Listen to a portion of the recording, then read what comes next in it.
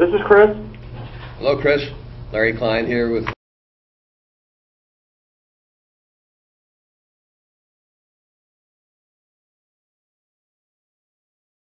Well, don't know if you got the full briefing on all the hearings last week. Was John Garamendi able to give you the briefing on 985 and the budget hearings and the high-speed rail hearing Thursday? Well, I think we have talked to him, but I think it would be useful for you to go through it again. Okay. On Tuesday afternoon last week was the first hearing. That was Senate Transportation hearing, and Senator LaMalfa brought up his SB 985. And this is again the bill that would stop funding and put the issue back on the ballot for the voters. There was great discussion. He had plenty of support. Of course, there was plenty of opposition from labor. And at the end of all the testimony, it was pretty clear he did not have the votes to get it out, so he decided not to even bring it up for a vote with the hopes of continuing to work with some of the senators to see if there was a way, any alternative. So at the end of the day, the bill is still alive, but it was not brought up because there were not the votes in the committee to get it out. So, and that was Senator LaMalfa's his own action. Wednesday morning, it started out, and many of your constituents were there from CARD, a bunch of people from the Central Valley. And the first hearing in the morning, again Wednesday, was the Assembly Budget Subcommittee. This is the one chaired by Assemblyman Gordon. Testifying, of course, was a high-speed rail, and they're testifying in an attempt to get their for the legislature to release some of the bond dollars so they continue their work. So Dan Richard was there, and many of his staff from high-speed rail testifying. It was mostly Dan Richard, though, carrying the water for high-speed rail. There was Department of Finance was also there. They didn't have a lot to say, but not surprisingly, being the governor's folks, were supportive of the new the new revised business plan for high-speed rail when they were asked questions by the assembly members. The Legislative Analyst's Office was there. I think they did a real good job laying out all the concerns. Clearly they had issues and hesitations and were not recommending. They were recommending that some funds be released in order to keep the project, not just shelve it entirely, but LAO was not inclined to have the legislature release all the funds that high-speed rail was asking for. Similar to the reports you've seen from the LAO. They were consistent that there's just too much uncertainty. There's not enough detail as far as where high-speed rail is going to find, private funding, when the federal match is going to come, etc. They did a good job. Now, the morning hearing, though, again, this was Assembly budget, and I testified there on behalf of Palo Alto. The legislators were throwing softballs, if you will. It was not heavy-hitting, more informational, if you will. However, in the afternoon budget hearing, that was the Senate Budget Subcommittee. So that was Senators Simidian, Lowenthal, and DeSaulnier. The same players were there, Dan Richard and his staff on behalf of high-speed rail. Department of Finance was there, the Legislative Analyst's Office. This was much more hard-hitting, much more fireworks in this one. The senators really laid into to Dan Richard. They being the senators, gave the LAO legislative analyst folks much more leeway to highlight their concerns and to be more adamant about it than we heard in the morning hearing. So it was pretty good. I mean, at the end of the day, again, there were no actions taken by either. We're going to have continuing budget committee hearings and the May revise coming up here shortly, but neither committee took action. It was more informational. But again, there were a number of folks, not just from Palo Alto, and again, like the card folks, but a number from Kern County, City of Hanford. You had local elected officials, landowners, etc. So that one was the afternoon one with the Senate Budget Subcommittee was definitely more entertaining, if you will. Thursday morning then in Sacramento concluded with the regular high-speed rail hearing over at Sacramento City Hall. I attended that one as well. This one focused on the staff report. I think it was item 2. Let me find my agenda here. Yeah, I think item 2. Yeah, staff presentation of the 2012 Bay Area to Central Valley partially revised final program EIR, and they had their EIR consultants give the full presentation with the slideshow, etc. But not surprisingly, Dan Richard took a lot of body shots in that afternoon hearing on Wednesday with the Senate Budget Subcommittee. But on Thursday, he was back on safe ground, with his high-speed rail. I mean, there were a few leftover opponents who had spoke Wednesday that stayed Thursday to speak, but it was much more supportive. A lot of folks from LA Metro and Sierra Club spoke, and Dan Richard called the Sierra Club representative, who was a Miss Phillips, up a few times to talk about the pass, the Pacheco Pass and the Altamont Pass.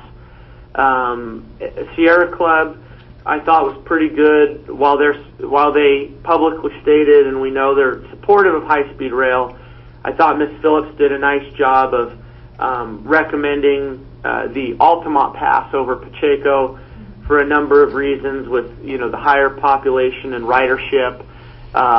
There were several speakers that said with the Pacheco Pass, you couldn't meet your 2-hour and 40-minute timeline required by Prop 1A.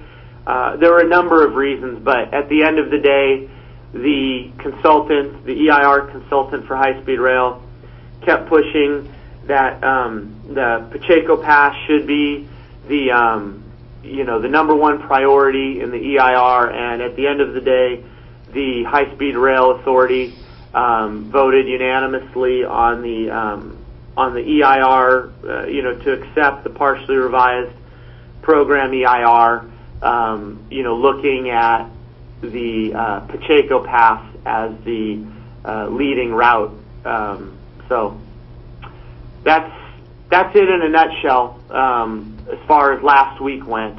I did send, Richard and I spoke yesterday on the phone with Steve Emsley and your Mr. Palmer, your federal lobbyist. We went over some of the issues going on in Washington. I gave a similar briefing about what happened last week, and then Richard and I were in contact yesterday via email talking about some of the legislative bills we continue to follow. So I know he's got an update on some of those, and a lot of them are sitting in appropriations or don't have a date, are sitting waiting to be heard. But again, that's it in a nutshell, and we'll see as they schedule more budget committee hearings over the next few weeks how that transpires. So that's it, and I'll answer any questions if I can. Well, I'll start by, what are you hearing about when or will there be a key vote? What I've heard or read is several possibilities that it would just be folded into the general budget so that those legislators who are wavering would be able to say, well, I had a vote for the entire budget and couldn't separate out the high-speed rail money. So that vote would be presumably by, what's the constitutional deadline now, June 15th? Yeah, right now there's a lot of talk. I mean, I'd hate to speculate one way or another. Both Assemblyman Gordon and Senator Simidian, as chairs of the budget subcommittees, Both of them stated there will be follow-up budget hearings on this before anything's decided. So I think that's really the next step in the May revise with the governor. So, you know, there's a lot of talk being made. And one thing I didn't mention, yesterday afternoon before I got on the conference call with Steve Emsley and Mr. Palmer and Richard, et cetera, we had here in the office, we were having a meeting with the Deputy Secretary and General Counsel for the Business Transportation and Housing Agency. And one of the things, again, you may have read about, which has been speculation, but we got more confirmation on it yesterday with the BT&H General Counsel, is that the governor is trying very hard, and his plan is, through his reorganization plan, to, with BT&H, Business Transportation Housing Agency, to remove the business and housing part of it and to reorganize one transportation agency, which would include CTC. They would roll high-speed rail into it, and you'd have one state agency that would be all-encompassing of transportation issues, and high-speed rail would be a part of that.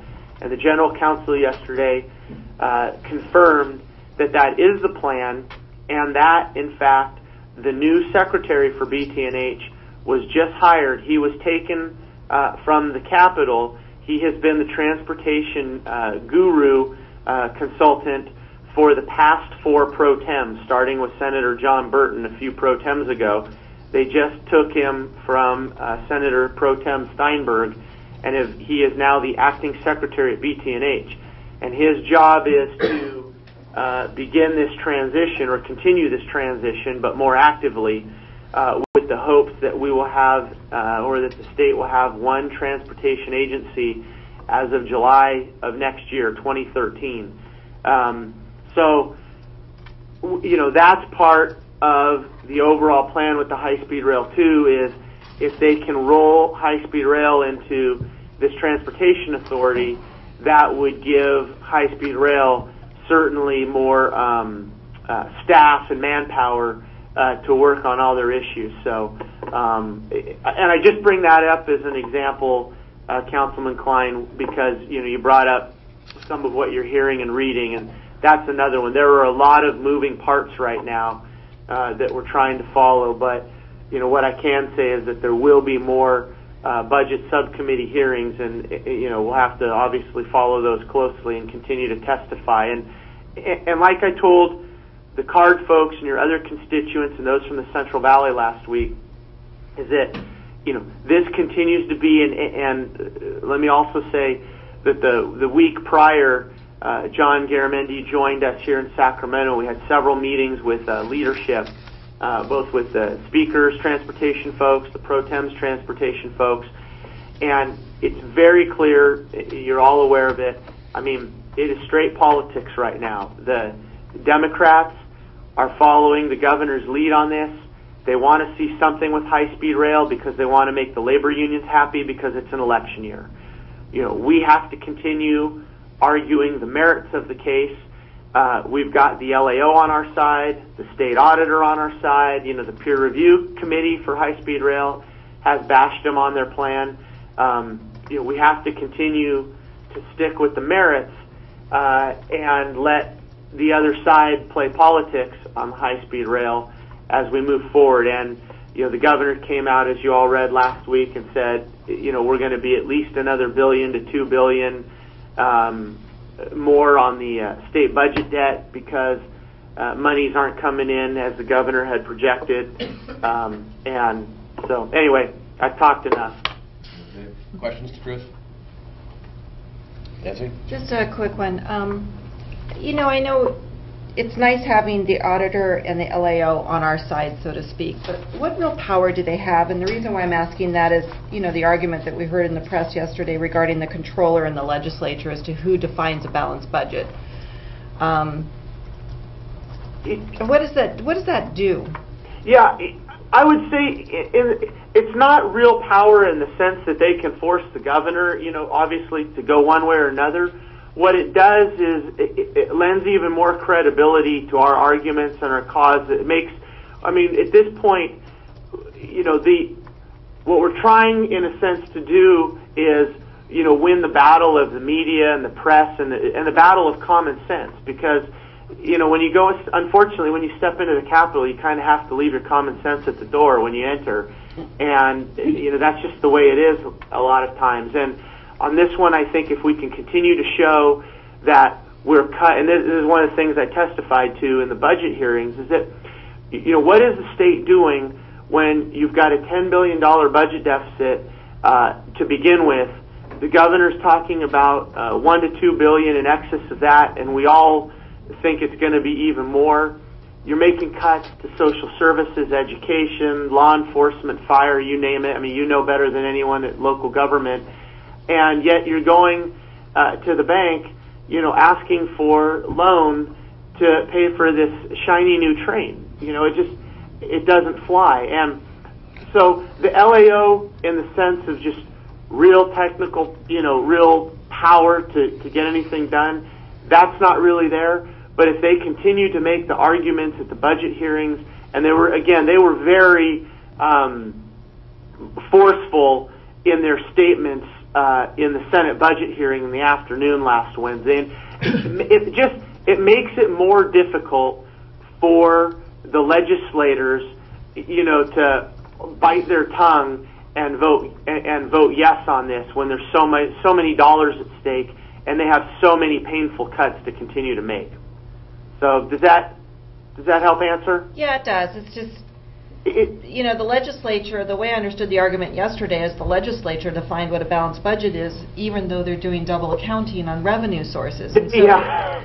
You're right. Check the common sense at the door, and this is, you know, what we seem to be battling against. So I just wanted to understand how we could use that LAO more politically effectively than we have. And I think we just keep using it as arguments. I mean, the LAO, the state auditor, I mean, these are the, you know, objective organizations in Sacramento, and, you know, they're not playing politics, they're nonpartisan organizations, and so we, for our side of it, have to continue to say, look at the nonpartisan, you know, stop looking at the labor and the election year, et cetera, and you know, we've got to back the governor and the Democratic legislators pushing this, you know, back them into a corner. So, you know, they just look worse. Okay, thank you. Pat? Yeah, well, just the flip side to that, too, is absent the LAO, for instance, the Senate committee would have a much tougher time putting the pressure on that they are, correct? Absolutely. Absolutely. I mean, you know, it does. It gives them a safety net, you know, especially because, again, in an election year and trying to help the labor unions, et cetera. So, yes, you're right on. So, another thing that I understand is a follow-up are the Ledge Council that Senator Simitian is, I believe, asked for opinions from.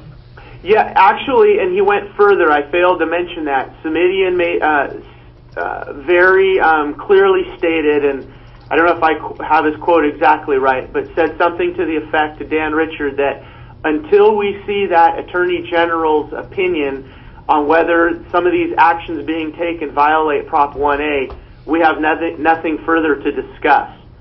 So, you know, we hadn't heard it, you know, that spoken that clearly and publicly before. So that was certainly good. So, because I know we've all been wondering.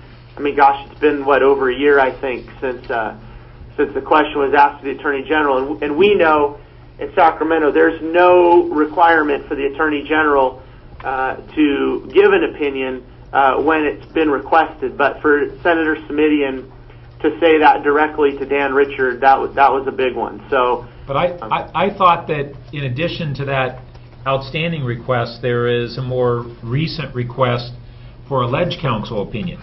I'm going to have to follow up on that one. Okay. I'll have to see, because is it your understanding that the Ledge Council opinion was the same as the one to the AG? No.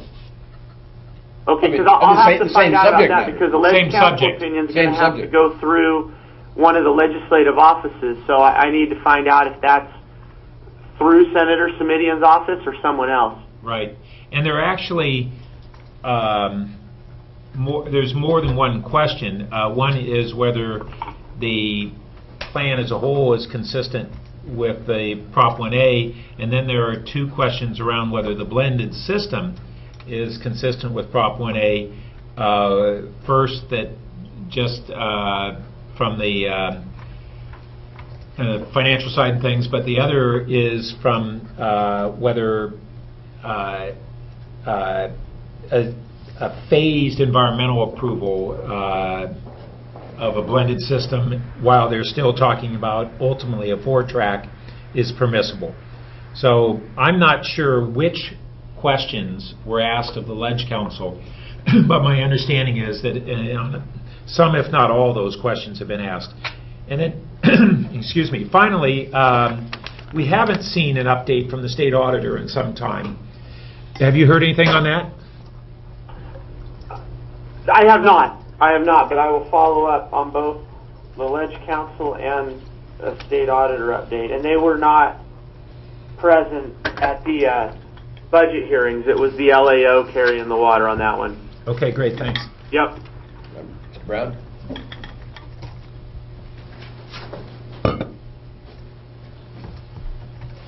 Morris Bob, Menlo Park. On the Ledge Council item, which was taken up in Wednesday afternoon's committee meeting, it was first asked from Richard about where's the Attorney General ruling, and he again said that there has been none. And then Simitian announced that he and DeSaulnier had sent a formal letter to the Ledge Council asking for a ruling, and I actually inquired from Simitian's office and said I would like to know where I can send material on the legality of this.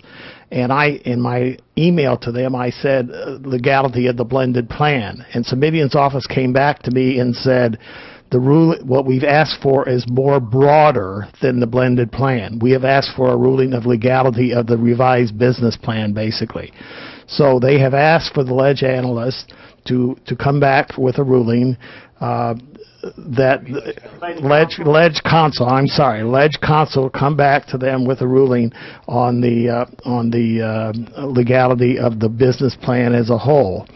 I also asked where I could send materials to, and I was told you can't send them directly to the Ledge Council. It has to go through Simitian's office. So I guess that's the way it's going to be. The other thing I'd just like to mention, in Simitian's meeting, there was the LAO also did a report on cap and trade.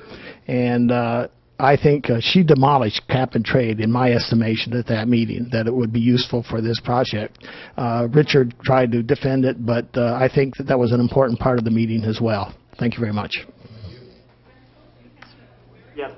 Great. Well, then I missed that on the Simitian letter, so I'll have to follow up with Simitian's office. But yes, that's information has to go through a legislator's office in order to get to Ledge Council. The public can't just make a request of Ledge Council, so I'll follow up there.